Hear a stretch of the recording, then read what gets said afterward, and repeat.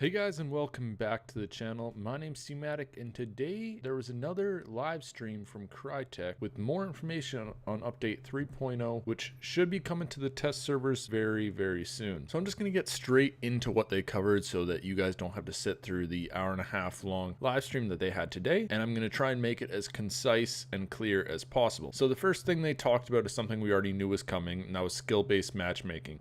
They talked about how it's going to work, and they said that you will have a score based on in-game performance, and it will only count for PvP. PvE is completely taken out of the equation. And so the way your score will be determined, it will be based on your personal skill and the player you killed's skill. And how much yours goes up and theirs goes down will be based on the difference in skill you guys had. And the skill range that you will encounter will be changed post release of the update just for balancing purposes. The bloodline is independent for matchmaking, so no matter what level you are, it won't matter anymore. And also team killing is excluded from your skill. So if you go into a game with a random and you kill them, that won't have any effect on your skill. And last but not least, for the skill-based matchmaking part, beginners will be excluded from the skill-based matchmaking until they are out of trainee mode. And if you don't know what trainee mode is, I recommend you go check out my last video where I went over their last live stream where they talked about it. The next thing they talked about was anti-teaming.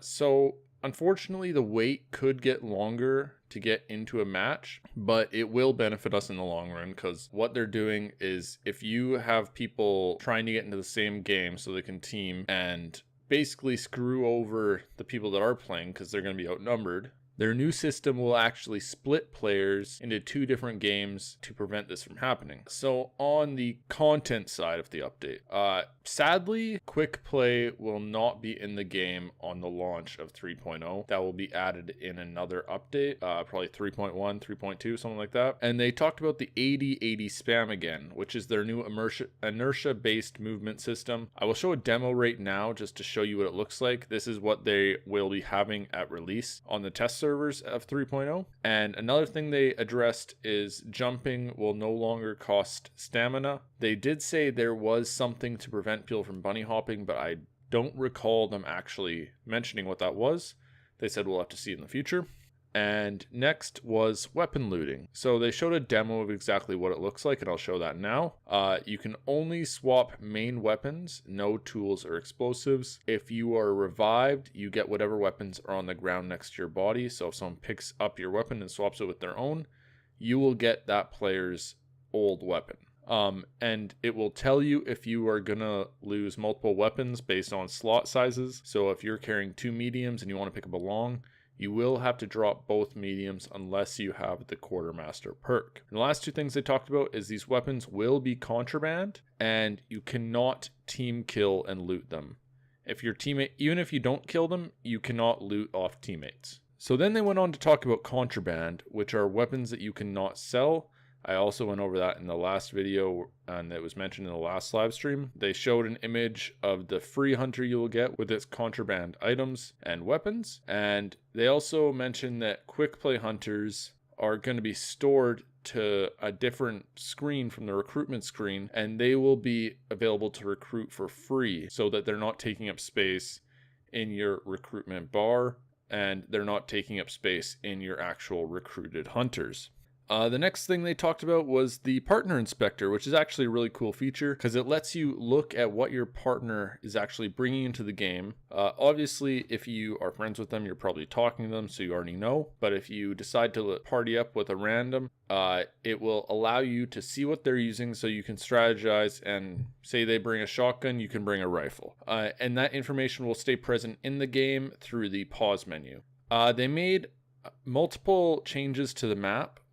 There will be 2 entrances to the chapel compound now instead of 1 to avoid people camping the exit. There was a bunch of minor changes just for quality of life improvements. Port Reeker now has less water. The kind of sniper towers, if you want to call them that, have more cover at the bottom now, so you can use them for more of a defensive position from the bottom. The lock bay docks, they moved the dog kennel so that the dogs aren't constantly going off while you're fighting one of the bosses if they happen to be there. And they also added cash registers on the map that are lootable, and if you extract after you loot them, you will leave with a bit of extra money. And this was the most exciting thing I saw when I was watching through the live stream, and they decided to rework the Hellhounds. I don't know about you guys, but I get killed by Hellhounds all the time, whether it be I don't notice them and I get attacked by something else and they just come up from behind me, but it happens far too often, and it's the most annoying way to die in my opinion. So what the changes they made to the Hellhounds is they will now bounce back after they hit you. They're not just constantly hitting you.